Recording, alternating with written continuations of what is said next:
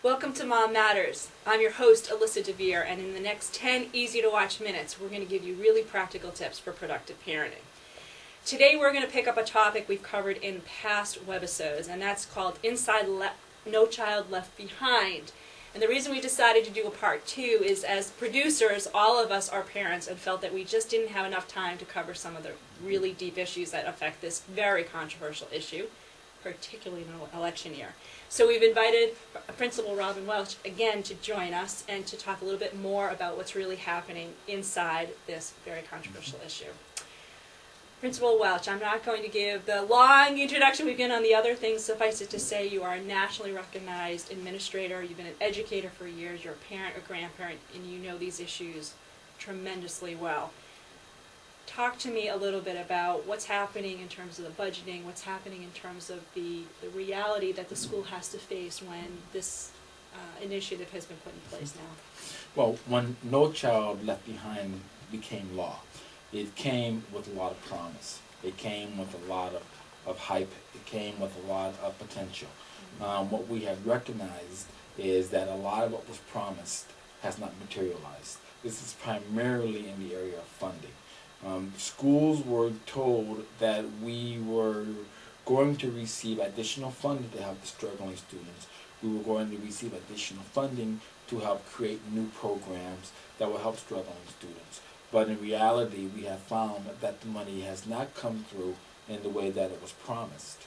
On top of that, doesn't seem to be a clear-cut formula as far as how much money we should get.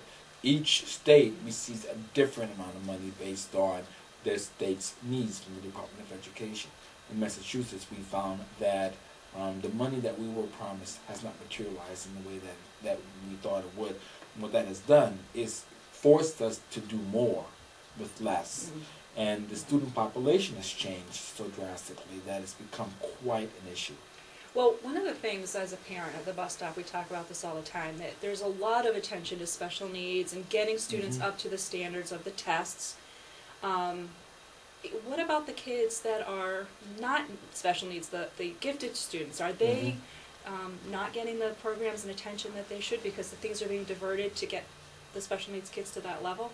In my opinion, I don't believe that we have done as well a job as we could have or we should have on behalf of students who have an academic skill that is above some of their classmates.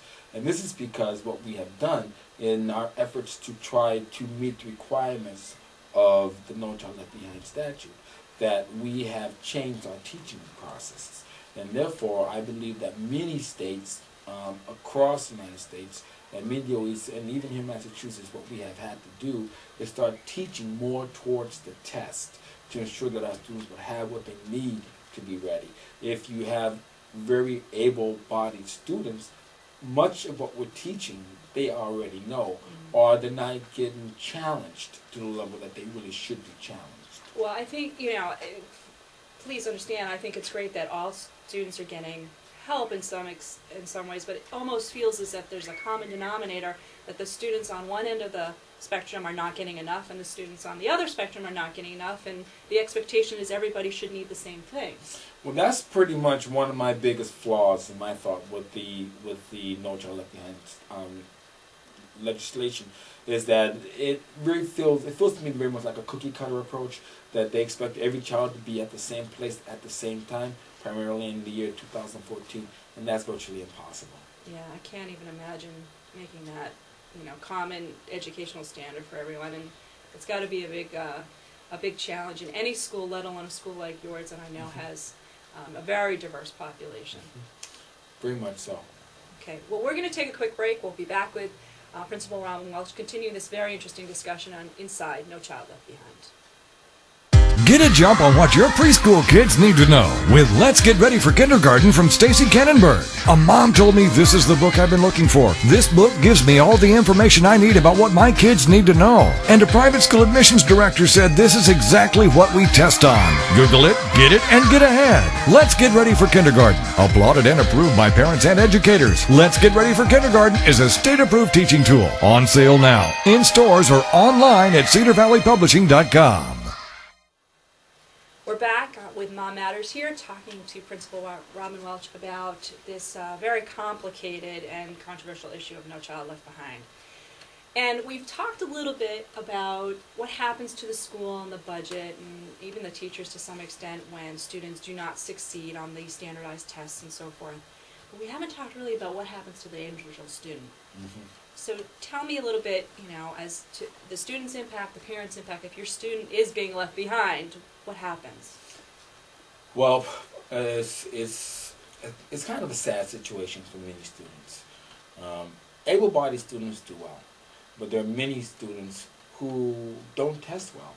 They have the ability to write, they have the ability to tell you stories, the ability to draw, but they just don't test well. And what happens, since this is kind of a one-size-fits-all test, many students who don't perform well get this piece of paper that basically says they don't perform well. In fact, when it first came out, they used to have a thing called failure. Now it's warning, but when it first came out, children used to get pieces of paper back from the Department of Education basically saying you are a failure because you couldn't pass this piece of this test. To the DOE's credit, they at least got rid of that term and are using less harmful terms. But for many of the students and their families, it becomes a comparison factor. And some people feel less positive about themselves, less positive about themselves as parents as well. And it can sometimes create social dynamics that are unacceptable among students in the same classroom. So what do we do as a parent? We get the test results back, or in preparation for the test. What can we do to help our students from our perspective? Well, the best thing as far as preparation is concerned is to talk to your child about the test, but don't put high stakes on it. See, that's part of the problem with the test. It's got such a high stakes component to it. Well, understandably, I mean, look at the impact. Right? But the thing that's kind of crazy is that with all the high stakes involved in it, the only one that really counts is 10th grade. Only because that's the one you have to pass in order to graduate. If you don't pass your 10th grade MCAS, you can't graduate. In 4th and 6th grade, you didn't pass. It tells the school what we need to do would be different. It gives you as a student and the parents something that you may want to work towards. But it doesn't have the same sort of high stakes benefits. So I think the parents need to let the kids know these tests are going to happen. They're just to be rested. Make sure they get a good night's sleep. Make sure that they have a full breakfast in the morning. Make sure that if they have any anxieties or questions that they can ask the parent, or feel free to have them ask the teachers. Quite often, teachers will give kids an opportunity to just talk about the test before the testing comes. If you have any issues, you have any concerns, what is that this test might make you feel like? How much you deal with it if you don't do well? What do you do if you don't answer a question? So in the process, test-taking strategies are also stressed. What about some of these services out there?